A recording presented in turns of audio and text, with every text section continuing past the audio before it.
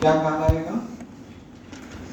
Neural part कहलाएगा, nervous system का part कहलाएगा। पिनियल बॉडी को एक्चुअली न्यूरल पार्ट कहते हैं, लेकिन इसका सेकेंडरी फंक्शन जो होता है एंडोक्राइन होता है, यानी ये सेकेंडरी एंडोक्राइन ग्लैंड है।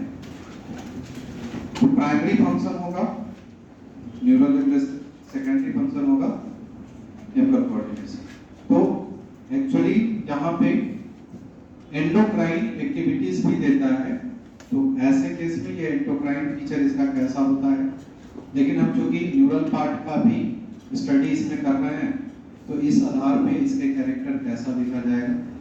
ये एक्चुअली ब्रेन सैंड के नाम से जाना जाता है, जिसे हम कहते हैं ब्रेन सैंड और वेस्टिजियल थर्ड आई। ह्यूमन में इसे वेस्टिजियल थर्ड आई कहा जाता है, ब्रेन सैंड कहा जाता है, ये सरबुल्ली कहा जाता है।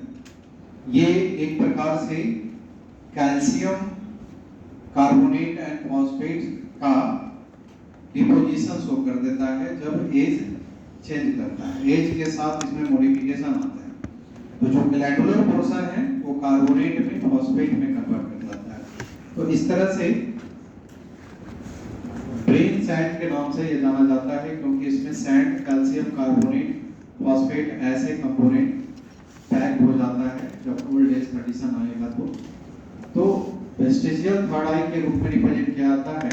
इसको हम बायोलॉजिकल क्लॉक भी कहते हैं, बायोलॉजिकल क्लॉक ऑफ बॉडी कहते हैं। हमारे बॉडी का बायोलॉजिकल क्लॉक रिप्रेजेंट करता है, लेकिन till 7 year, max to max 12 years. 12 years के बाद नहीं, 12 ईयर के बाद बायोलॉजिकल क्लॉक हमारा कौन होगा? सुप्रा काइनेमेटिक न्यूक्लियस। तो इसके फंक्शन को कमांडो वो कर लेता है। तो ये आपको पिनियल बॉडी का जो कंडीशन देखा जाता है कि इसमें इसका जो साइज होता है, मैक्सिमम साइज देखा जाता है एट 7 इयर्स ऑफ एज। इस एज पे सबसे बड़ा साइज इसका रहता है, यानी ऑप्टिमम एक्टिविटी इस समय देखा जाता है। एंड then gradually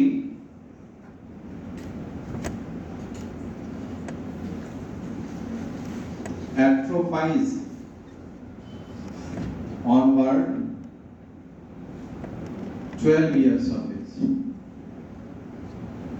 मतलब यहाँ पर एट्रोफाइज का मतलब यहाँ हो जाता है क्या कि ये स्ट्रक्चर रह जाएगा, फंक्शन समाप्त हो जाता है।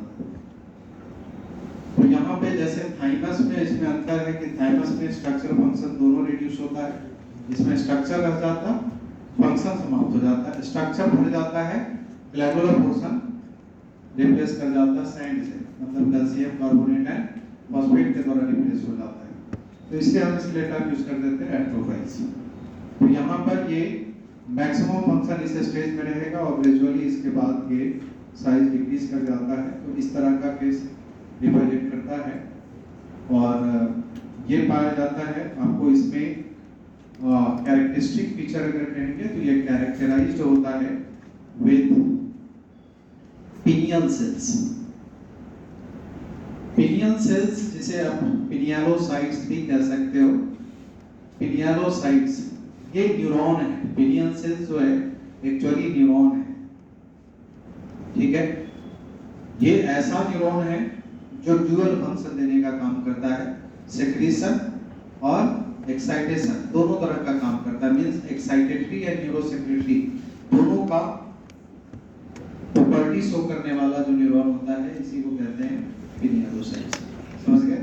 ये दोनों के कैरेक्टर को एक्सप्रेस करता, और ये खास करके इसमें जो एक्साइटेटरी कंडीशन जो कहते हैं वो किस तरह का होता है कि एक्साइटेटरी कंडीशन हम इसलिए कहते हैं कि ये एक्चुअली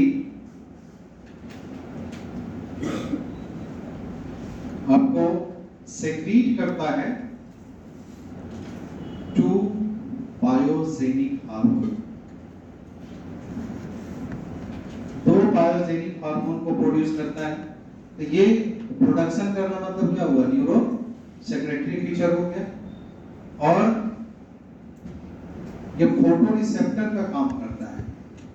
फोटो रिसेप्टर यानी फोटो सेंसिटिव होता है, फोटो सेंसिटिव होता है। फोटो रिसेप्टर और फोटो सेंसिटिव का काम करता है, मतलब क्या हो गया, एक्साइटेटरी।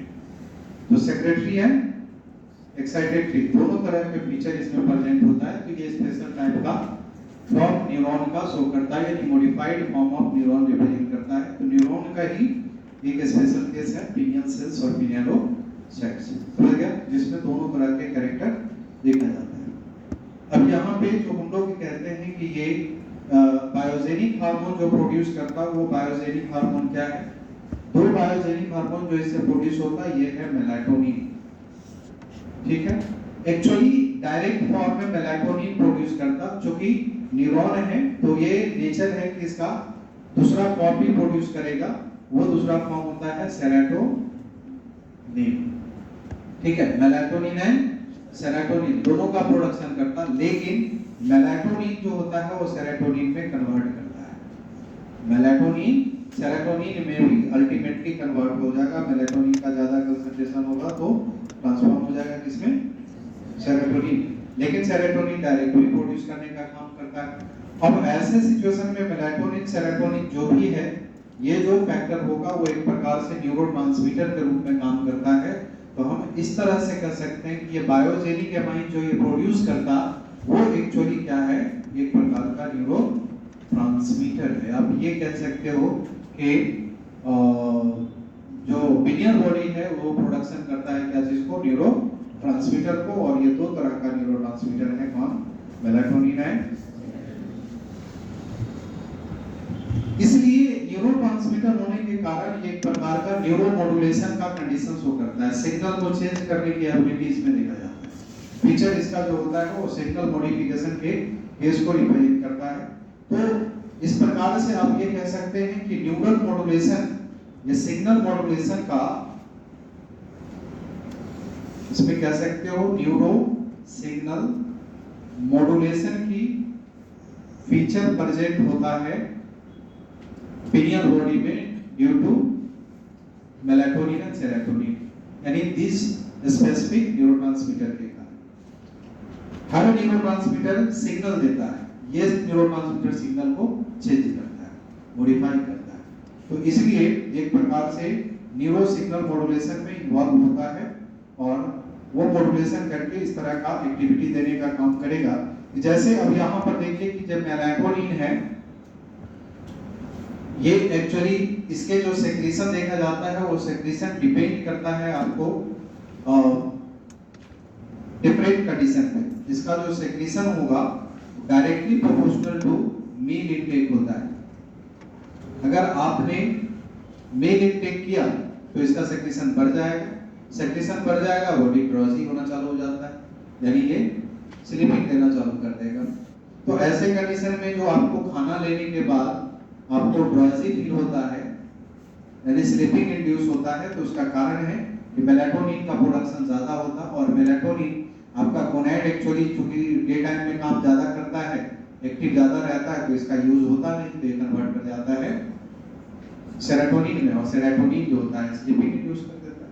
तो इस तरह का कंडीशन यहाँ पर देखा जाता है कि मील इंटेक करने से इसका सेक्रेशन बढ़ेगा। आपके बॉडी में अगर फैट कंटेंट, अगर डाइट में फैट यूज करते हो, बॉडी में स्टेरॉइड का कंटेंट अगर बढ़ा दोगे, ऐसे सिचुएशन में भी आपको मेलाटोनिन का प्रोडक्शन बढ़ेगा।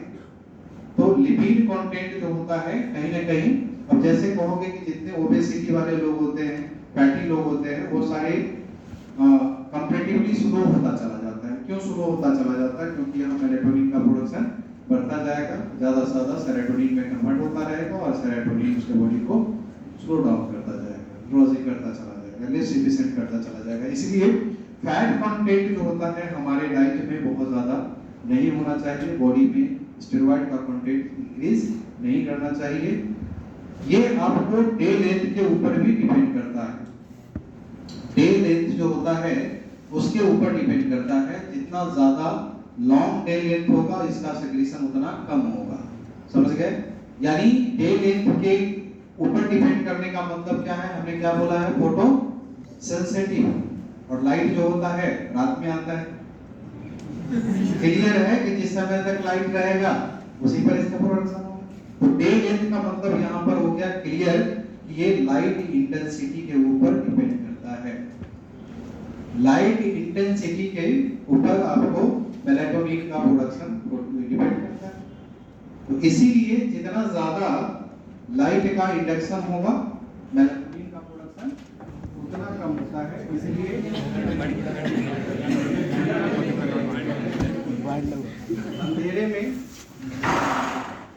अंधेरे में रहने से मेलाटोनिन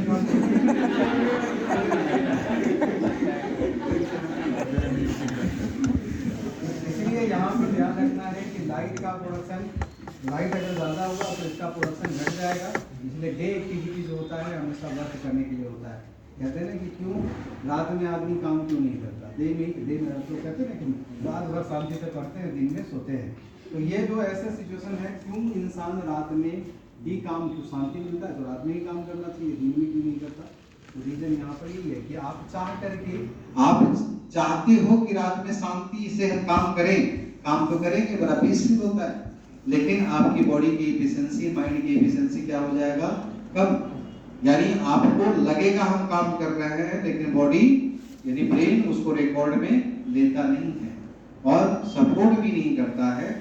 इसीलिए ग्रेजुअली क्या हो जाता है कि हम अगर पढ़ाई ही किया तो पढ़ाई में मन लगेगा बहुत अच्छे से, साइलेंटली हमने पढ़ा, लेकिन 24 घंटे के बाद फिर जहां था वही चला जाता है, मतलब आपके दिमाग में टिकेगा नहीं। लेकिन वही काम अगर अर्लियर मॉर्निंग में करिए, इवनिंग में करिए, ये इतना वेल एफिशिएंट होता है। डे का मोस्ट एफिशिएंट टाइम जो होता है अर्ली मॉर्निंग और इवनिंग का टाइम होता है। क्यों? क्योंकि उस समय न इसका सेक्रेशन ज्यादा होता है न कम होता है। ये एक रिक्वायर्ड अमाउंट में रहता है, मेंटल एफिशिएंसी बैलेंस होता है, इसलिए हमारा कंसंट्रेशन और फोकस आता रहता है। आप अर्ली मॉर्निंग में माइंड डिविएशन होने का संभावना नहीं है। एक ही चीज हो सकता है, झपकी लगा सकते हैं, लेकिन माइंड डिविएशन जो दिन में कहते हैं पढ़ते पढ़ते सर ध्यान यहाँ रहता है, दिमाग कहीं और जाता है, ये डे में हो सकता है, लेट नाइट में हो सकता है, लेकिन अर्ली मॉर्निंग और इवनिंग के टाइम में यूजुअली आप अगर इस पे फोकस करते हो तो ये केस इवनिंग का मतलब होता है जब सनसेट हो रहा होगा, मॉर्निंग का मतलब है जब सनराइज हो रहा होगा। इसलिए कहा जाता है कि 4 बजे से लेकर के सुबह का 8 बजे का जो पीरियड होता है वो इतना वेल एफिशिएंट होता है। उस समय आपके ब्रेन का एक्टिविटी पूरी तरह से, आप ये कह सकते हैं ब्लड का सप्लाई, ब्लड में भी हमने बताया था अर्ली फेज में ब्लड क्या होता है, आरबीसी का काउंट क्या होता है। अर्ली मॉर्निंग में जो होता है आरबीसी का काउंट कम होता है, डे प्रोग्रेस के साथ बढ़ता जाता है। आरबीसी का काउंट कम होता है, इसका मतलब स्ट्रेस किसके ऊपर पड़ता है? बोन मैरो के ऊपर मेटाबॉलिक स्ट्रेस बढ़ता है, मेटाबॉलिक एक्टिविटी इंक्रीज करता है, बॉडी का सारा सेल एनर्जाइज होता है, उस काम को कमी को पूरा करने के लिए एक्टिव हो जाता है। तो हमारे एक तो हुआ कि पूरे बॉडी को एनर्जाइज करके रखेगा, दूसरा ब्रेन का सिग्नल पॉजिटिव होता है और इसके कारण हम जो भी चीज लेंगे हमारे ब्रेन में लोड होता जाएगा। वो उस समय का सारा सिग्नल जो होगा थ्रेशोल्ड स्टिमुलस प्रोड्यूस होने का मैक्सिमम संभावना होता है। इसीलिए आप लेट नाइट और एंटायर डे का पढ़ाई जो करते हैं उसका रिकॉर्ड होने का संभावना कम है, उसका मेमोरी प्रोटीन बढ़ने का संभावना कम है।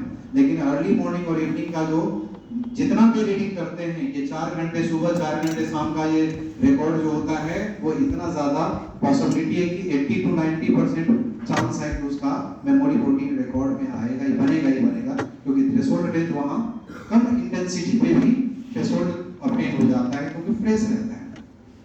लेकिन आपको एंटायर डे में इंटेंसिटी उसका यानी थ्रेशोल्ड रेंज एक्वायर करने के लिए बार-बार रिपीट करना पड़ेगा, बार-बार उसको समझना पड़ेगा। तो ये जो कंडीशन है वो मैकेनिज्म होता है हमारे बॉडी और ब्रेन का, उस सबका रिलेशन है। बहुत सारे ऐसे चीज है जिसका रिलेशन हमारे को 2 चीज बताया, उसमें और भी चीज का रिलेशन होता है। हमारे एंट्रोपी में चेंज कैसे आता है, पोटेंशियल काइनेटिक में डिफरेंस कैसे आता है, तो ये सारे का इन्फ्लुएंस होता है हमारे बॉडी के ऊपर और उसके आधार पे बॉडी का एफिशिएंसी जो है चेंज करता है। तो ये आपको melatonin one of the factor है जो इस तरह से अफेक्ट करने का काम करेगा। तो लाइट इंटेंसिटी से अब कैसे इन्फ्लुएंस करता है, आप देखिए होता क्या है कि ये आपका जो एपिथैलेमस है, एपिथैलेमस से हमने कहा था लगाता हो पिनियल स्टॉक, और इसी पिनियल स्टॉक से क्या था लगा होता है पिनियल बॉडी। तो ये आपका डायनसेफालॉन, और डायनसेफालॉन के इसलिए एनसीईआरटी में लिखा होगा on dorsal side of forebrain. Forebrain मतलब क्या? फोरब्रेन बोले तो डायनसेफालॉन। तो यहाँ पर आपको इस तरह का जो केस देखा जाता है कि ये आपका डायनसेफालॉन का ये डोर्सल साइड हो गया। डोर्सल साइड को हमने क्या बोला था? एपिथैलेमस, यानी एपिथैलेमस से आपका पिनियल बॉडी लगा हुआ है। तो यहाँ पर इस तरह से ये पिनियल बॉडी जो है वो इसका अटैचमेंट इस प्रकार का देखा जाता है, क्योंकि राउंड एंड रेड बॉडी होता है, राउंड एंड रेडिस बॉडी के रूप में ये देखा जाता है। ये है आपको पिनियल स्टॉक। ये दोनों मिलकर के वैसा बनाता है जैसे पाइनस का कोन होता है। पाइनस में जो कोन लगा रहता है उसके सूर से, तो ये पाइन कोन लाइक अपीयरेंस देने का काम करता है। पाइन कोन लाइक स्ट्रक्चर होता है पिनियल बॉडी का हमारे ब्रेन के साथ, ठीक है। तो इस तरह से इसके अपीयरेंस आपको देखा जाएगा। तो डोर्सल साइड में यहाँ पर चेंज होता है। अब इसका रिलेशन देखिए लाइट के साथ कैसे चेंज आता है। अब आपका रेटिना लाइट सेंसिटिव पार्ट क्या है? आई है, रेटिना है। यहां से जो इन्फ्लुएंस होता है वो आपको आता है ऑप्टिक थैलेमी पे। ऑप्टिक थैलेमी, जहां हमने बोला था कि ऑप्टिक नर्व वहां से राइज करता है। तो ऑप्टिक थैलेमी फिर ये पिनियल बॉडी के साथ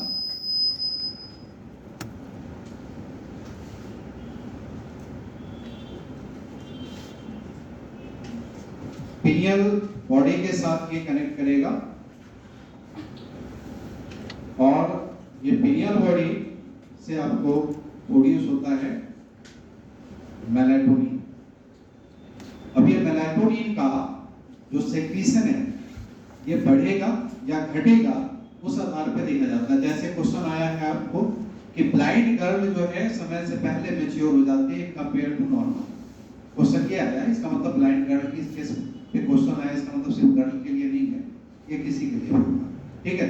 तो ये मेल हो या फीमेल किसी में भी समय से पहले अगर ब्लाइंड है तो पहले मैच्योर हो जाता है, प्रीकॉशियस प्यूबर्टी बताता है। ये प्रीकॉशियस प्यूबर्टी आने का कारण क्या है? इसका रिलेशन यहाँ पर यही है, क्योंकि हमने बोला था कि फोटो सेंसिटिव है और लाइट इंटेंसिटी के साथ इसका प्रोडक्शन इफेक्ट करता है। तो अब आप यहाँ पर देखिए कि जब लाइट आएगा तो लाइट आने का मतलब है वो किसको सेंसिटिव कर दिया? रेटिना को। रेटिना को सेंसिटिव कर दिया, इसका मतलब यहाँ पर ये रेटिना जो होगा वो एक्टिव करेगा किसको? ऑप्टिक थैलेमी एक्टिव होगा।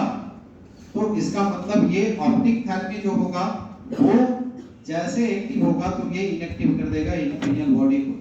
पिनियल बॉडी इनएक्टिव हो गया मतलब मेलाटोनिन का प्रोडक्शन यहाँ पर क्या हो जाएगा?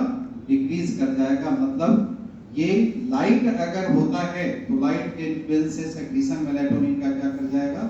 डिक्रीज। समझ गए? तो लाइट इंटेंसिटी से पिनियल बॉडी इनहिबिट करता है, तो इस तरह से इसका सेक्रीशन घटाता है। अगर मान लीजिए डार्क फेज है, जैसे नाइट की बात करते हैं, क्योंकि इसका काम है डायगोनल 24 आवर डायगोनल एक्टिविटीज को रेगुलेट करना।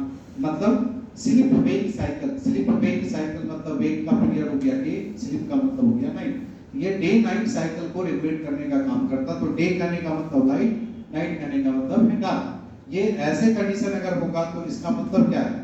ये जब होगा तो उस केस में रेटिना पे कोई एक्टिविटी नहीं होगा, रेटिना इनसेंसिटिव होगा। ऐसे कंडीशन में रेटिना इनसेंसिटिव है, ऑप्टिक थैलेमी पे कोई सिग्नल, अब ऑप्टिक थैलेमी पे कोई सिग्नल नहीं गया, इसका मतलब है पिनियल बॉडी को कोई रोकने वाला, पिनियल बॉडी को कोई रोकने वाला नहीं है, इसका मतलब है मेलाटोनिन का प्रोडक्शन।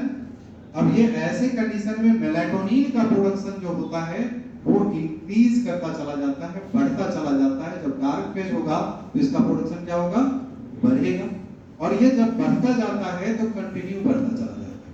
तो मतलब डे नाइट हुआ तो बैलेंस रहेगा, लेकिन जो ब्लाइंड है उसके लिए तो 24 आवर ब्लाइंड है, 24 आवर डार्क है। 24 आवर डार्क है, इसका मतलब क्या होगा? बिगिनिंग से ही इसका प्रोडक्शन बढ़ता जाएगा। ये एक्सेस हो जाता है अगर कोई ब्लाइंड है तो ब्लाइंड केस में क्या हो जाएगा, इसका प्रोडक्शन एक्सेस हो जाएगा, और excess of anything is bad. ये अगर एक्सेस हो गया तो ऐसे कंडीशन में क्या कर देता है, ये फिर जब इस तरह का कंडीशन होगा तो आपको ये निगेटिव फीडबैक दे देता है, इसके ऊपर प्रोडक्शन यहीं पे कर देते हैं। ये जो केस है इसके प्रोडक्शन पे ये निगेटिव फीडबैक देने का काम करता है। यानी एक्सेसिव प्रोडक्शन होने के कारण अब वो क्या होगा, इसके मेलेटोनिन के प्रोडक्शन को इनहिबिट कर देगा, निगेटिव फीडबैक के द्वारा पिनियल बॉडी का जो एक्टिविटी है उसको सप्रेस कर देगा और ये प्रोडक्शन कम कर देगा। तो ऐसा जो कंडीशन है वो आपको देखा जाता है ब्लाइंड में। इसीलिए अब इस केस में क्या देखा जाएगा कि ब्लाइंड पर्सन में अर्लियर मैच्योरेशन होने का कारण यहाँ पर ये है कि मेलेटोनिन समय से पहले रुक गया, है ना, मतलब बिगिनिंग से ही प्रोड्यूस होता चला गया, रोकने वाला कोई नहीं है, एक्सेसिव होता चला गया, एक्सेस ऑफ मेलेटोनिन क्या कर दिया, नेगेटिव फीडबैक दे दिया। नेगेटिव फीडबैक होने के कारण फर्दर मेलेटोनिन का प्रोडक्शन नहीं होगा। अब ये फर्दर मेलेटोनिन का प्रोडक्शन जब घट जाता है तो ऐसे कंडीशन में ये डिक्रीज हो जाने के कारण इसके केस में क्या हो जाएगा, अर्ली सेक्सुअल मैच्योरेशन आ जाता है, क्योंकि मेलेटोनिन को एंटीगोनेडियल और एंटीगोनेडोट्रोपिक हार्मोन कहा जाता है। जब तक मेलेटोनिन प्रोड्यूस होता तब तक आपको गोनैड को डेवलप नहीं होने देता है। जब तक इसका प्रोडक्शन होगा तब तक ये गोनैड को डेवलप नहीं होता। 7 साल तक पीक पे रहता है, कोई गोनैड का डेवलपमेंट नहीं होता। जैसे वो प्रोडक्शन घटना चालू होगा तो 9 साल 11 साल 10 साल में जाके प्यूबर्टी ऑन होता है। जब इसका प्रोडक्शन घटेगा तब प्यूबर्टी ऑन होता है। यही कारण है कि पहले जो कहते थे कि अध्यात्म करने वाले लोग, मेडिटेशन करने वाले लोग, जो ज्यादा से ज्यादा ध्यान करने वाले लोग होते हैं, रियली वो लोग साइलेंट पर्सन होता है, डिस्ट्रैक्टेड माइंड उसका नहीं होता, क्योंकि उसमें सेक्सुअल अर्ज कभी आता ही नहीं। रीजन यहाँ पर ये है कि वो मैक्सिमम फेज किस चीज को बिताता है, ब्लाइंड फेज को। आंख बंद करके ध्यान में रहता है, ब्लाइंड फेज में रहता है। ब्लाइंड फेज में रहा, इसका मतलब क्या है, मेलेटोनिन का एक्सेसिव प्रोडक्शन होगा, गोनैडियल एक्टिविटी सप्रेस करके रहेगा, गोनैड का फंक्शन इंक्रीज नहीं करेगा। ऐसा कंडीशन होता है। इसके वजह से पर्सनालिटी हमेशा ध्यान करने वाले लोग, मेडिटेशन करने वाले लोग पीसफुल साइलेंट होता है। उसका रीजन यहाँ पर यही होता है। आपको पता होना चाहिए आपके बॉडी का, अगर आपके बॉडी को मतलब 7 साल के बाद ही अगर आपके गोनैड्स को निकाल के हटा दे तो जितना उम्र आपका है वो डबल हो जाएगा। आपकी उम्र का, एजिंग का सबसे बड़ा कारण कौन है, सेक्स हार्मोन। अगर ये गोनैड्स को हटा दिया जाए तो आपका उम्र जो आज है वो सीधा डबल हो जाएगा। यानी हमारे एजिंग के लिए सबसे पहला रिस्पांसिबल फैक्टर कौन है। इसीलिए आप देखिए कि जब तक गोनैड का काम नहीं होता तब तक आपका बॉडी का ग्रोथ बढ़ता रहता है, आपकी पर्सनालिटी, चमक, चार्मिंग बढ़ता रहता है। जैसे गोनैडियल एक्टिविटीज पीक पे जाता है, आपका एजिंग आना चालू हो जाता है, चार्मिंग समाप्त होना चालू हो जाता है। समझ गए?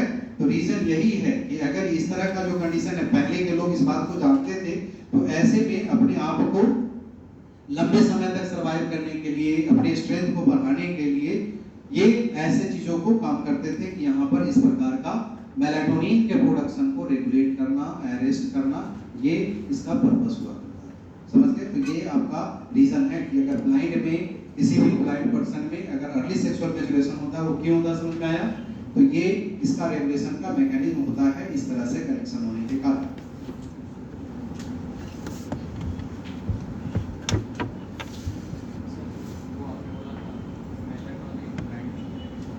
अच्छा,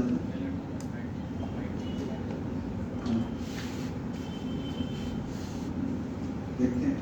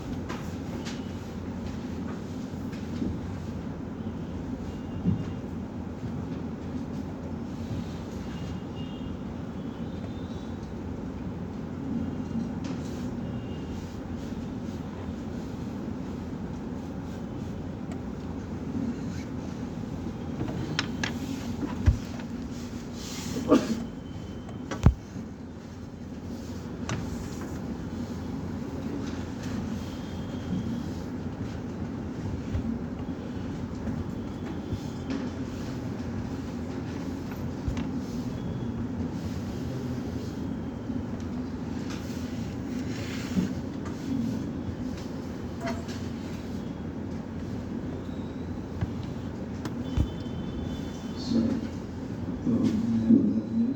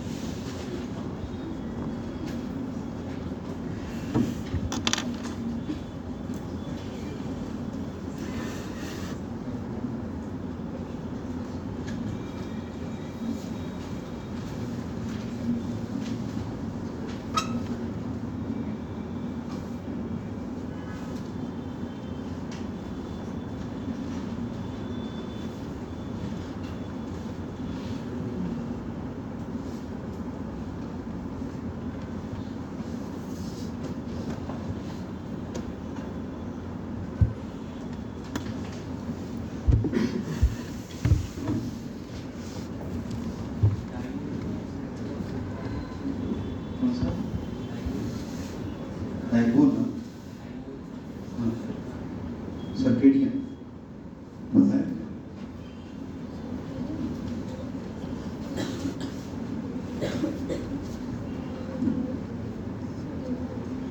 मैं जो बता रहा हूँ सारे पॉइंट पर फोकस करो, हर पॉइंट कवर हो जाएगा।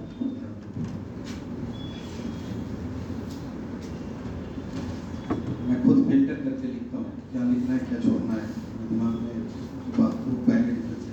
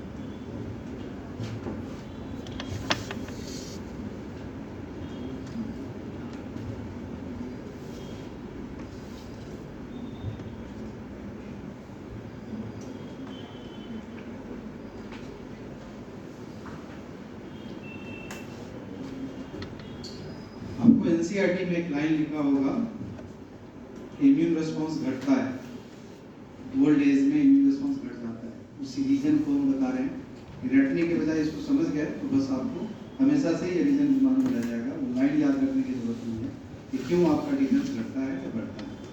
उस रिलेशन पे हमने उस चीज़ को बताया। चलिए यहाँ देखें, मेलाटोनिन का या पिनियन बॉडी का फंक्शन कहा जाएगा, ये आपको रेगुलेट करता है 24 आवर्स का जो बॉडी का एक्टिविटीज है, मतलब डायगोनल, खास करके डायगोनल एक्टिविटीज उसको कहते हैं। तो ये डायगोनल एक्टिविटीज या रिदम जो का बॉडी का रेगुलेट करता है, इसका मीनिंग है sleep wake cycle, dark light cycle जो होगा उसको रेगुलेट करता है। सर्केडियन कहने का मतलब डेली एक्टिविटीज, जो 24 आवर को हम लोग डेली मानते हैं, तो ये डेली एक्टिविटीज को ये रेगुलेट करने का काम करता है। तो सर्केडियन एक्टिविटी देने का काम करता है, यानी उसका बैलेंस करने का काम करता है आपका मेलाटोनिन या pinion body.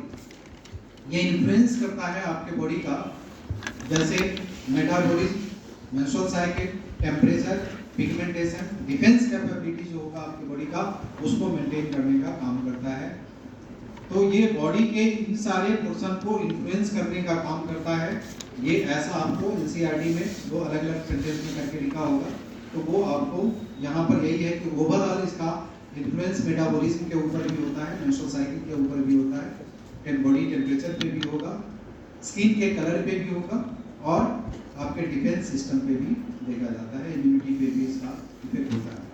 Antagonistic to intermediate कहा था, एंटागोनिस्टिक टू इंटरमेडिएट अगर है तो इंटरमेडिएट का काम क्या था, एमएसएस का क्या काम था, मेलानोसाइट पे एक्शन करके उसके कलर को डार्क करना। उसका एंटागोनिस्टिक है तो ये क्या करेगा, लाइट करेगा, तो लाइटनिंग ऑफ स्किन कलर देने का काम करता है। दूसरा हमने मैकेनिज्म भी बताया कि डे टाइम रहेगा तो मेलाटोनिन का प्रोडक्शन, डे टाइम में मेलाटोनिन का प्रोडक्शन कम होगा। जब कम होगा तो ऐसे कंडीशन में जब इस तरह का केस होता है कि प्रोडक्शन ही कम होगा तो स्किन के यानी मेलानोसाइट के ऊपर कोई इन्फ्लुएंस उसका होगा ही नहीं, तो कलर चेंज नहीं होता। तो वो इस तरह के कंडीशन आपका दिखाता है। तो लाइटनिंग ऑफ स्किन कलर इसका एक्चुअल फंक्शन रिप्रेजेंट करता है। ये एंटीकोनेडियल और एंटीकोनेडोट्रोपिक एक्शन देने का काम करता है। हम इसे एंटीकोनेडियल हार्मोन कह सकते हैं, एंटीकोनेडोट्रोपिक हार्मोन कह सकते हैं। क्यों? क्योंकि प्यूबर्टी को डिले करने का काम करता है। प्यूबर्टी डिले क्यों होता है? जीटीएच के एक्शन को रोक देता है, गोनाडोट्रोपिन के एक्शन को, और गोनाडोट्रोपिन के एक्शन को रोक देगा तो इसका मतलब है फॉलिकल डिफरेंशिएशन टेस्टिस ओवरी में नहीं हो पाएगा। वो जब नहीं हो पाएगा तो इसके कारण जो है सेक्स हार्मोन का प्रोडक्शन ही नहीं होगा, क्योंकि सेक्स हार्मोन प्रोड्यूस करता कौन है, गोनेड्स, तो वहां पर इससे वो प्रोडक्शन नहीं हो पाएगा। तो ये एक्चुअली एंटीगोनेडियल एक्शन देने का काम करता है। इस तरह का फंक्शन देखा जाता है। ये स्लीपिंग को और मूड को प्रमोट करने का काम करता है, ऐसा इसका फंक्शन रिप्रेजेंट करता है।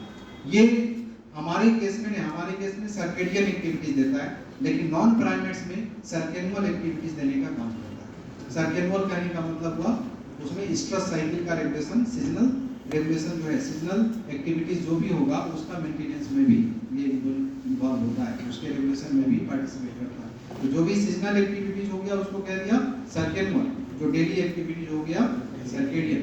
तो ये हमारे बॉडी में सर्केडियन एक्टिविटीज देता, नॉन प्राइमेट्स में सर्केडियन एक्टिविटीज का भी रेगुलेशन देने का काम करता है। थाइमस को एक्चुअली स्वीट केक के नाम से, जनरली बुचर खाने में अगर जाओगे तो वो स्वीट केक के नाम से इसको जानता है, ठीक है।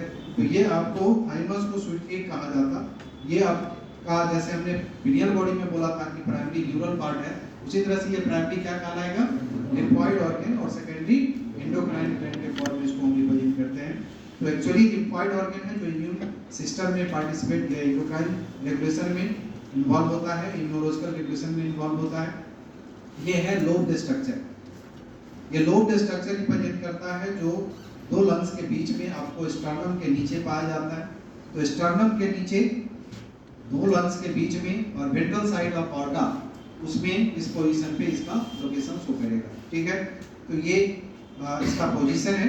मैक्सिमम साइज अगर कहा जाएगा तो 14 टू 16 इयर्स ऑफ एज पे इसका साइज देखा जाता है। इसका मतलब इसमें और पिनियल बॉडी में स्लाइट डिफरेंस है। पिनियल बॉडी गोनैड को डेवलप होने से ही रोक देता है, और ये गोनैड डेवलप होने के बाद काम बंद करता है। बस में जब गोनैड पीक पे जाएगा तो इसका काम समाप्त हो जाएगा, और वो जब पीक पे रहेगा तो गोनैड को डेवलप नहीं होने देगा। दोनों जैसा काम करता है, लेकिन एक पहले करता है और एक समझ में आया। तो इस तरह का कंडीशन है, ये 14 to 16 ईयर पे इसका सबसे ज्यादा प्रोडक्शन होगा। और उस समय यहाँ पर इस तरह का कंडीशन देखा जाता है कि उस केस में उसके बाद ये होता है, इसका अधिक से अधिक प्रोडक्शन और एक्शन इसलिए हो पाता है कि उस समय पीक आ चुका रहता है प्यूबर्टी का। अब उसका पीक स्टार्ट होगा तो इसका एक्शन समाप्त हो जाएगा। तो उसके बाद धीरे धीरे ग्रेजुअली इसका फंक्शन डिक्रीज करता चला जाता है। तो साइज और फंक्शन ऑनसेट ऑफ प्यूबर्टी के बाद घटता चला जाएगा। समझ गए स्लाइड उसमें डिफरेंस क्या है, क्लियर हुआ। तो ये डिफरेंस आपको रिप्रेजेंट करता है, वो गोनैड को डेवलप नहीं करने देगा और वो गोनैड डेवलप हो जाएगा तब इसका एक्शन जो होता है वो सप्रेस कर जाता है। तो गोनैड ही इसके फंक्शन को सप्रेस करने का काम करता है। लेकिन ओवरऑल अगर ऐसा हो कि मेलाटोनिन की एक्टिविटीज ना हो तो उस केस में ये भी गोनैड की एक्टिविटी को सप्रेस करके रखेगा। इसीलिए समटाइम इसको भी एंटीगोनेडियल कहा जाता है। डायरेक्ट एंटीगोनेडियल में हम कंसीडर करेंगे मेलाटोनिन, क्लियर। अब यहाँ पे हमने कहा कि साइज और फंक्शन दोनों ही इसका जो है डिक्रीज करता है। तो इसमें साइज, शेप, कलर, मास ये सब का सब वेरिएबल होता है इसके केस में, ठीक है। ये सभी वेरी करता है और ये वेरिएशन कैसे, देखिए एज के साथ ये वेरिएशन देता है। तो एनसीईआरटी में जैसे लिखा है कि ओल्ड एज में इम्यून रिस्पांस जो होता है वीकर होता है, ये सेंटेंस लिखा है। तो ये कैसे वीकर होता है उस चीज को हम यहाँ पे बता रहे हैं। इसके साथ आपका यंग एज में ये पिरामिडल फॉर्म में रहता है और उस समय डीप रेड कलर का होता है, मतलब हाईली वेस्कुलराइज्ड रहता है, ठीक है। 10 to 20 ग्राम का होता है, ये एवरेज ओरिजिनल साइज का रहता है। लेकिन जैसे एडोलेसेंट हुआ, यानी कि आपका डेवलपमेंट प्यूबर्टी की तरफ जा रहा है, ये कैसा हो गया, बाइलोब। फिर क्या हो गया, कलर पिंकिश हो जाता है, यानी वेस्कुलरिटी थोड़ा घट जाता है। और 30 to 40 ग्राम का साइज इसमें रिप्रेजेंट करता है। साइज ज्यादा बड़ा, मास इसका बढ़ गया, साइज भी चेंज हो गया। ऐसे सिचुएशन में ये क्या होगा, इस समय पीक पे रहता है उसका एक्टिविटी। अब जब उसके बाद जो है ग्रेजुअली प्यूबर्टी के बाद का जो फेज आता है वो सेनेसेंस से एजिंग का कंडीशन स्टार्ट चालू हो जाएगा। जब वो केस स्टार्ट होगा तो इसका साइज क्या हो जाता है, ओवल, ठीक है। बाइलोब से हो गया ओवल और इसका कलर चेंज होने का मतलब फंक्शन घटता जा रहा है, वेस्कुलरिटी रिड्यूस होता चला जा रहा है। अभी वेस्कुलरिटी रिड्यूस हो गया मतलब येलोइश हो गया, तो मतलब ब्लड सप्लाई घटता है और फैट कंटेंट बढ़ता है, लिम्फोइड टिश्यू बढ़ता है। ऐसा कंडीशन आ जाने के कारण कलर क्या हो जाएगा, येलोइश, ठीक है। अब ये देखिए 40 ग्राम से फिर कहां चला गया, 10 ग्राम। अब ओल्ड एज जो होता है उसमें जाकर के ये पूरी तरह से डिजेनरेट हो जाता है, ग्रे व्हाइट स्पॉट में रह जाता है। मतलब क्या रहा, ना साइज रहा ना फंक्शन, इसलिए इसको एट्रोपाइज नहीं करें। एट्रोपाइज में किसके लिए हम यूज करेंगे, पीनियल बॉडी है, मतलब साइज रहता है लेकिन फंक्शन समाप्त। तो यहाँ क्या हो गया, साइज भी गया और ये पूरी तरह से डिजेनरेट हो जाता है। और इसीलिए आपको देखिए कि अर्ली फेज में यही कारण होता है कि ग्रोइंग चाइल्ड को, जो मैं बोलता हूँ कि बच्चा पैदा हो तो उसको प्रोटेक्ट मत करके रखो, उसको फेंक दो, जहाँ होगा खेलता रहेगा, बिंदास रहेगा। ये जनरली क्या करता है, जितने भी डेवलप एंड हाईली एजुकेटेड लोग हैं वो बच्चे को इतना प्रोटेक्ट करता है कि आरओ का पानी पिलाएगा, मतलब इतना ज्यादा प्रिकॉशन लेता जाएगा कि बच्चे हाईली सेंसिटिव हो जाता है, फ्यूचर में उसका अपना इम्यून सिस्टम कमजोर हो जाता है, अंदर का गोली तैयार नहीं होता, बाहर से गोली लेना चालू करना पड़ता है। तो ये इस तरह का सिचुएशन चला आता है, क्योंकि ये डिफेंस के पीरियड में हम उसको प्रोटेक्शन दे दिया। जिस समय उसे इम्यून सिस्टम स्ट्रॉन्ग करना है उसे हम प्रोटेक्ट कर दिया, क्योंकि वेराइटीज ऑफ इन्फेक्शन से इम्यूनिटी डेवलप होता है और ये इम्यूनिटी डेवलप करने के टाइम में ही हमने उसको प्रोटेक्ट कर दिया, फ्यूचर में जाकर सेंसिटिव रहेगा। तो ये कंडीशन यहाँ चला आता है। अब उसके बाद जब एडल्ट स्टेज में जाएगा, कहीं भी बाहर गया, थोड़ा सा भी जाना पड़ेगा, मेडिकल कॉलेज में जाना पड़ेगा, इंजीनियरिंग कॉलेज में जाना पड़ेगा, ट्रेन से ट्रैवल करना पड़ेगा, फ्लाइट से ट्रैवल करना पड़ेगा, यहाँ वहाँ का खाना पानी पीना पड़ेगा। ऐसे सिचुएशन में जैसे ही ये होता है खराब हो जाता है, क्योंकि बॉडी में इन्फेक्शन है। इसलिए कभी भी लेबर क्लास के जो बेबी होता है, अब देखिए कभी भी हमने देखा, मैं अपने क्रॉप फील्ड में हमारे एक लेबर के साथ ऐसा घटना हुआ था, तो वो सारा प्रेग्नेंट थी और वो पैडी का जो ये होता है बंच को उठाने के लिए जब वो सर पे रखने का आया, मैं ही उसको उठाने के लिए दे रहा था उस समय। मतलब फैक्ट यही है, मैं उस समय 10th क्लास में था, बाद में पता चला कि रीजन क्या था। लेकिन उस समय जो है जैसे इसको उठा लेकर के ऐसे सर पे लिया, बेबी बाहर आ गया, मतलब बर्थ हो गया, बिना कोई पेन का कोई प्रॉब्लम का उसको पता भी नहीं चला। और पार्चुलेशन कहाँ पे हो गया, क्रॉप फील्ड में।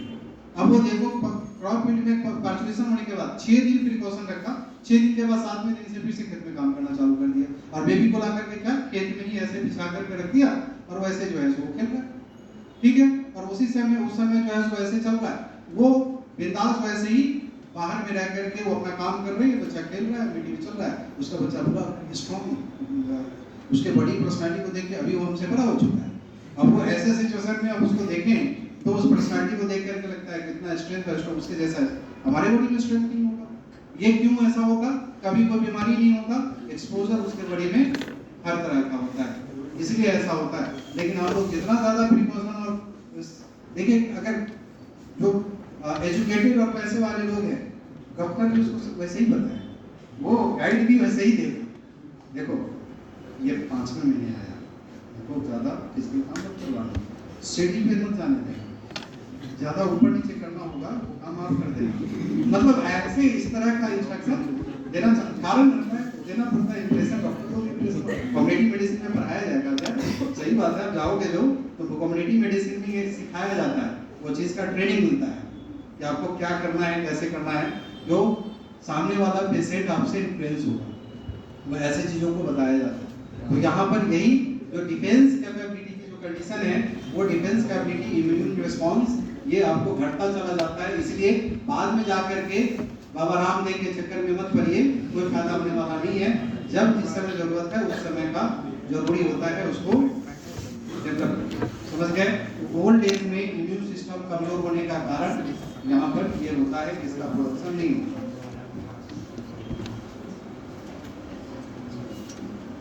इसका हिस्टोलॉजी अगर देखेंगे तो आपका जो थाइमस है, इसके कवर होता है कैप्सूल, कैप्सूल ही एक्चुअली क्या करता है, सेप्टा का काम करता है, इसे एक्सटेंड करके ऐसे सेप्टा बना लेता। सेप्टा बनने से ये एक्चुअली लोबुलर स्ट्रक्चर बन जाता है, मतलब इसके अंदर में लोब लाइक स्ट्रक्चर का अपीयरेंस हो जाता है, जिसके कारण इसमें देखा जाता है कि ये दो रीजन में बढ़ जाता है, कॉर्टेक्स एंड मेडुला। तो कॉर्टेक्स एंड मेडुला जो ये इसका कॉर्टेक्स पार्ट होता है जनरली डार्क होता है, क्योंकि ये वेस्कुलराइज्ड फॉर्म में रहता है, और जो मेडुला पार्ट होता है वो लाइट होता है, ये वेस्कुलराइज्ड नहीं होता, लेकिन लिम्फॉइड कंटेंट उसमें ज्यादा पाया जाता है। तो इसीलिए ये लिम्फॉइड मतलब दोनों तरह के कंडीशन रिप्रेजेंट करता है कि फैगोसाइट एंड लिम्फोसाइट दोनों ही यहाँ प्रेजेंट होता है, और ये दोनों प्रेजेंट होने के कारण ये डिफेंसिव भी रिप्रेजेंट करता है, प्रोडक्टिव भी रिप्रेजेंट करता है। कौन सा स्ट्रक्चर है उसको हम लोग देखते हैं। तो बाहर में इसका कवर क्या है, कैप्सूल, और कैप्सूल का एक्सटेंशन को क्या कह दिया, सेप्टा। ये वो सेप्टा इसको लोब लाइक स्ट्रक्चर में बांट दिया। इधर अंदर की तरफ हो गया मेडुला, और मेडुला जो हो गया ये होता है inner and lighter, inner and lighter, और ये बाहर आपका जो पार्ट हो गया उसको कहेंगे कॉर्टेक्स, और कॉर्टेक्स जो होगा वो होगा डार्कर। डार्कर कहने का मतलब क्या हो गया, कंपैरेटिवली वेस्कुलराइज्ड ज्यादा रहेगा। अब ऐसे केस आपको देखा आता है, यानी ये टीएस लेंगे तो पता चलेगा, टीएस ऑफ थाइमस अगर देखेंगे तो ऐसे कंडीशन में आपको ये पता चलता है। अब ये कॉर्टेक्स की बात करते हैं, तो कॉर्टेक्स जो होता है इसके अंदर में पाया जाता है थाइमोसाइट। आपको ये लिखा हुआ मिलेगा कि थाइमस में पाया जाता है थाइमोसाइट्स, ठीक है। तो थाइमोसाइट्स का मतलब क्या है? थाइमोसाइट्स का मतलब होता है lineage of T cells. Lineage of T cells का मतलब है differentiating proliferating stage of T cells. T cell का मैच्योरेशन यहाँ पे होता है, तो मैच्योर हो रहा होगा तो उसके डिफरेंट स्टेज यहाँ मिलेगा, तो लीनिएज ऑफ टी सेल्स कहते हैं। एंड सम टी सेल्स इसमें पाया जाता है, सम टी सेल्स होगा, मेनली क्या होता है टी सेल्स, यही आपको थाइमोसाइट्स रिप्रेजेंट करता है, ठीक है। तो ऐसे केस आपको देखा जाता है। मेडुला जो रिप्रेजेंट करता है, मेडुला में एक्चुअली पाया जाता है lymphoid tissue, lymphoid connective tissue होगा। एंड सबसे पॉपुलर ये स्ट्रक्चर है एसल्स कॉर्पसल्स। इससे पहले हमने देखा था हेरिंग्स बॉडी, कहाँ था हेरिंग्स बॉडी, पोस्टीरियर पिट्यूटरी में, हेरिंग्स बॉडी पोस्टीरियर पिट्यूटरी में, और यहाँ क्या है एसल कॉर्पसल्स। एसल कॉर्पसल्स जो होता है ये पाया जाता है मेडुला ऑफ थाइमस में, ठीक है। तो हम हिस्टोलॉजी बताया इसी के लिए कि इसका लोकेशन एक्चुअली कहाँ है, आपको रटने में दिमाग में टिकेगा नहीं, फिगर दिमाग में रखोगे पता चलेगा ये मेडुला में था, ठीक है। तो ये हैसल कप्सल्स होता है, वो क्या होता है, ऑनियन शेप का फ्लैटेंड ये फैगोसाइट्स होता है। ऑनियन के जैसा ये फैगोसाइट्स का फॉर्म होता है, फैगोसाइटोसिस देने का ये काम करता है हैसल्स कप्सल्स। जो हैसल्स कप्सल है वो फैगोसाइटोसिस देता, लेकिन जब थाइमोसाइट्स ये लिनिएज जब बन रहा होता है तो इसी डिफरेंशिएशन के प्रोसेस में एक हार्मोन प्रोड्यूस करता है जिसका नाम देते हैं थायमिन और थाइमोसिन। समझ गए? तो थायमिन थाइमोसिन डिफरेंशिएटिंग स्टेज जब रहता है तब बनाने का काम करता है। तो हैसल कप्सल्स को आप कह सकते हो बॉल ऑफ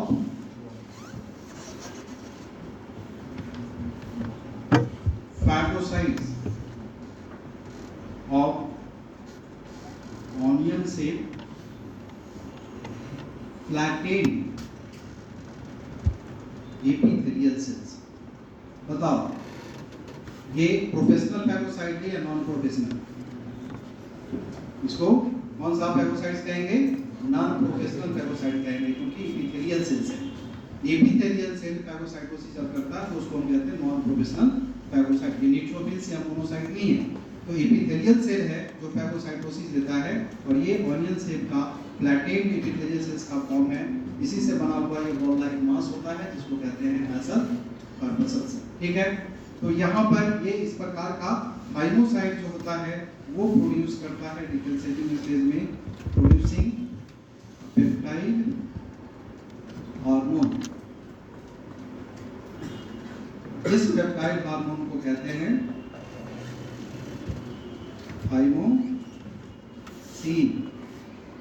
या थायमीन कह सकते हो, थाइमोसिन और थायमीन। ठीक है। तो थाइमोसिन थायमीन का प्रोडक्शन करने का काम करेगा थाइमोसाइट्स। इधर लिखिए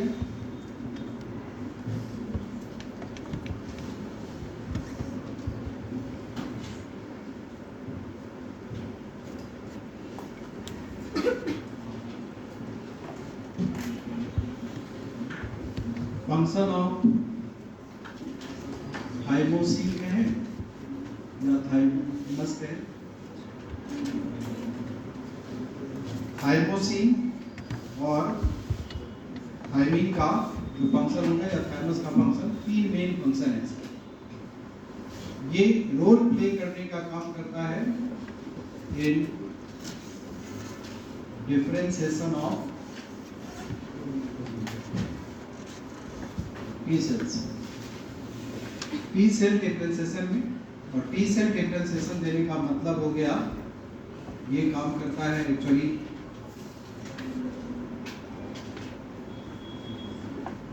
इसको कह सकते हैं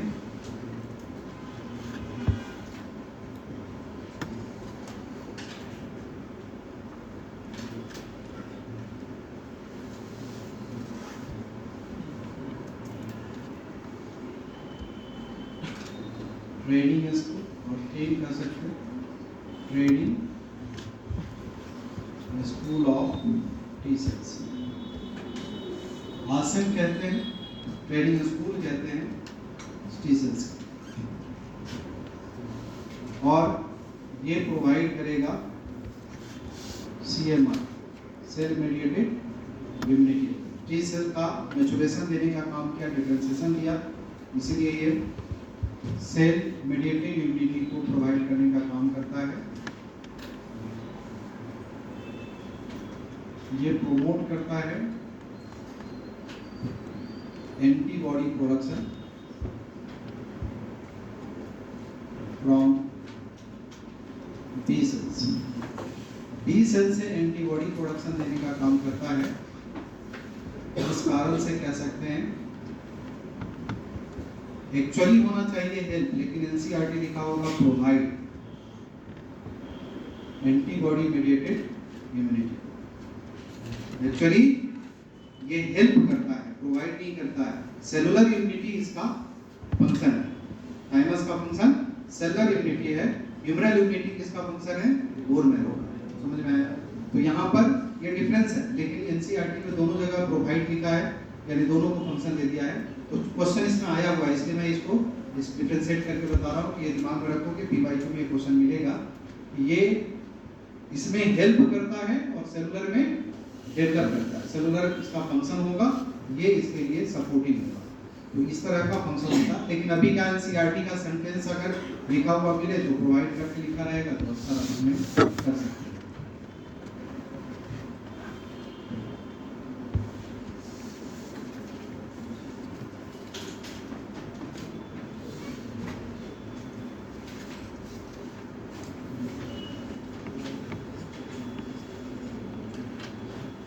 पहले भी बताया था कि आपके बॉडी में ग्रोथ देने का काम, अर्लियर स्टेज में बॉडी का जो ग्रोथ होता है वो कौन देगा?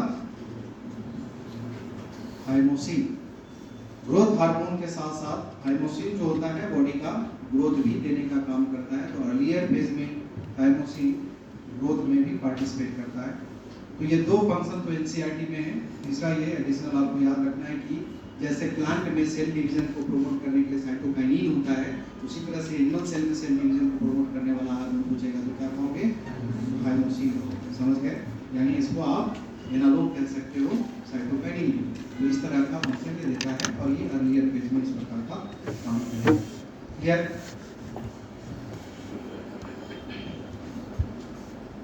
एक एडिशनल इंफॉर्मेशन ये याद रखना है कि क्वेश्चन अगर आया तो आपको अगर कहेगा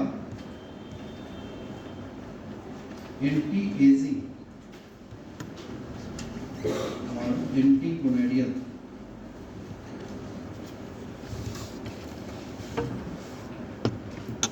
हार्मोन, इस पे अगर नाम दिया गया तो आप इस पे दोनों यूज कर सकते हैं, मेलाटोनिन को और थाइमोसिन को। लेकिन अगर एक आंसर करना पड़ा तो क्या करेंगे? मेलाटोनिन। समझ गए? जैसे अभी हमने बोला था कि गोनेड निकाल के हटा दो तो आपकी एजिंग डबल हो जाएगी, मतलब आप जो है ये कंटिन्यू कर जाएगा इस तरह से। क्योंकि हमारे बॉडी में एंट्रोपी राइज कराता कौन है? डेथ क्यों होता है? Maximum entropy. डेथ होने का मतलब जब बॉडी का मैक्सिमम एंट्रोपी होगा तो डेथ होगा। तो एंट्रोपी बढ़ाने वाला काम जो करता है वो गोनेड करता है। ठीक है? तो ये एंट्रोपी राइज होने से मिनिमाइज ये दोनों हार्मोन करता है, क्योंकि ये सेल को डिफरेंशिएट कराने का मतलब साइटोकाइनिन जैसा डिवीजन कैपेसिटी प्रोवाइड करने का काम करता है और ये सेल के डिमांड को फुलफिल कराने का काम करता है, रिक्वायरमेंट को न्यूरल सिग्नल देकर के मॉडिफाई करके उसे सप्लाई कराता है। तो इस तरह से ये फंक्शन आपको दिखता है।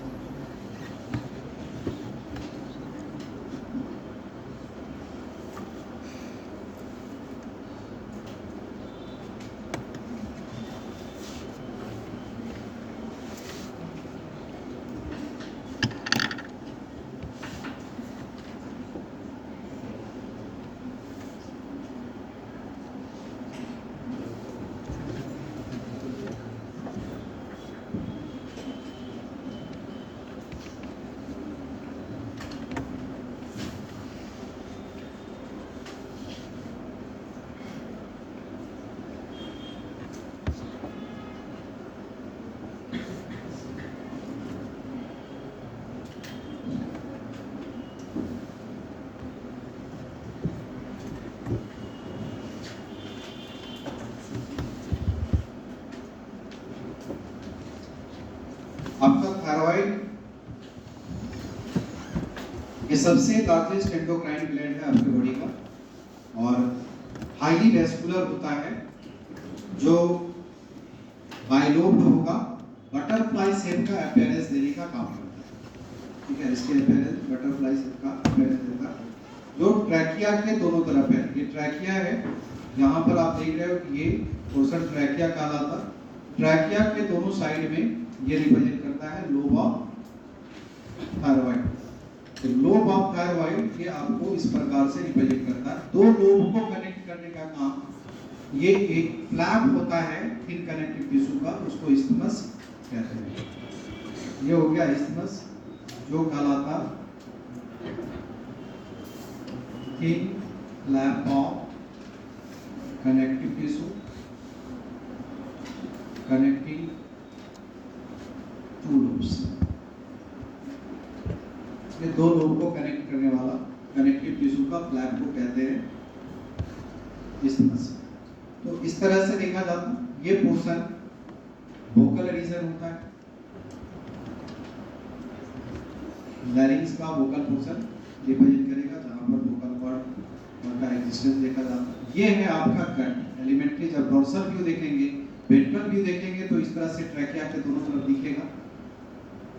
यहाँ पर ये जो पोर्शन होता है वहाँ पर थायराइड कार्टिलेज होता है, इसी वोकल रीजन में यहाँ ये पोर्शन थायराइड कार्टिलेज का होता है और ये थायराइड कार्टिलेज के जस्ट नीचे पाया जाता है। बेनिथ कह सकते हैं, बिहाइंड कह सकते हैं, थायराइड कार्टिलेज के नीचे प्रेजेंट होता है। तो इस तरह से नाम थायराइड ग्लैंड पड़ा है, उसी के आधार पे थायराइड कार्टिलेज दिया गया है। इसका साइज जो होता है, जैसे जैसे एक्टिविटीज बॉडी में बढ़ेगा, जितना ज़्यादा फिजियोलॉजिकल डिमांड बॉडी का बढ़ेगा उतना ज़्यादा इसका साइज इंक्रीज करता चला जाता है। तो साइज बड़ा हो सकता है और फिजियोलॉजिकल डिमांड के आधार पर इसके साइज फ्लक्चुएट करता है, इंक्रीज डिक्रीज इसमें होता रहता है।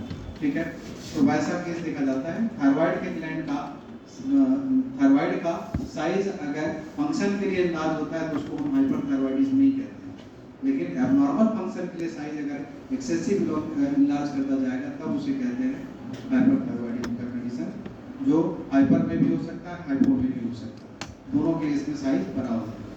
तो इस तरह से ये हो गया आपका गट एलिमेंट्री के नाम। और ये होता है elongated Oval lobe of thyroid. Elongated Oval lobe of thyroid represent करता। इस लोब के ऊपर प्रेजेंट है ये आपको पारा थायराइड। पारा थायराइड ग्लैंड इस प्रकार से पाया जाता है। तो इसके पोजीशन जो होगा वो इस प्रकार से देखा जाता है।